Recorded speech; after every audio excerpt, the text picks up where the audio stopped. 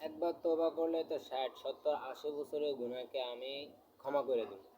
কেমন ক্ষমা করবো? শুধু ক্ষমাই না, আল্লাহ তাআলা বলতেছে শুধু ক্ষমাই না, আমি ওই গুনাহগুলোকে নেকিতে পরিবর্তন করে দেব। তো কেমন তওবা করতে হবে? যেমন তোমার গুনাহ হচ্ছে একটা সারাদিন অশ্লীলতা করা, অশ্লীল ভিডিও দেখা, একেবারে খাস দিলে এখন থেকে তওবা করতে হবে, আল্লাহ আমি আর তওবা করব না, তোমাকে রাজি রাইখা, তোমাকে সাক্ষী রাইখা, এই পৃথিবীর মানুষকে না, তোমাকে সাক্ষী রাইখা আমি বলতেছি, তওবা করতেছি, আমি পাপ করছি, তুমি রহমান, তুমি গফফার, তুমি মাফ করনে ওয়ালা, তুমি ওয়াদা করছো যে তোমার কাছে ক্ষমা চাইবে, তুমি তাকে ক্ষমা করে দিবা।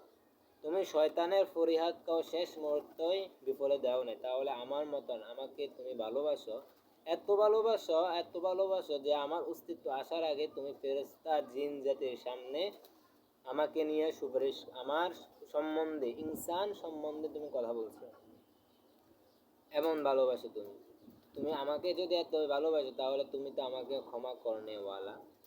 তো ওই আল্লাহ তাআলাকে সাক্ষী রাইখা এমনভাবে খাস দিলে তওবা করতে হবে, আর ওই গুনাহ থেকে নিজেকে শত শত দূরে নিয়ে যেতে হবে।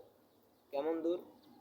যেমন একটা জায়গার মধ্যে আমি একটা দাগ দেওয়ার পর এত দূরে যাবো যে ওই দূর থেকে এই জিনিসটা দেখা যাবে না, এত দূর দিয়ে দিতে হইব যেন আমার ওই গুনাহটা আমার চোখের সামনে আসতেই না পারে, আমার জেহানে আসতে না পারে।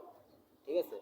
তো ওইরকম তওবা করতে হবে। এরকম তওবা করলে আল্লাহ তাআলা তোমার গুনাহকে ৬০, ৭০, ৮০ বছরের গুনাহকে মাফ কইরা নেকিতে পরিবর্তন করে দিবে।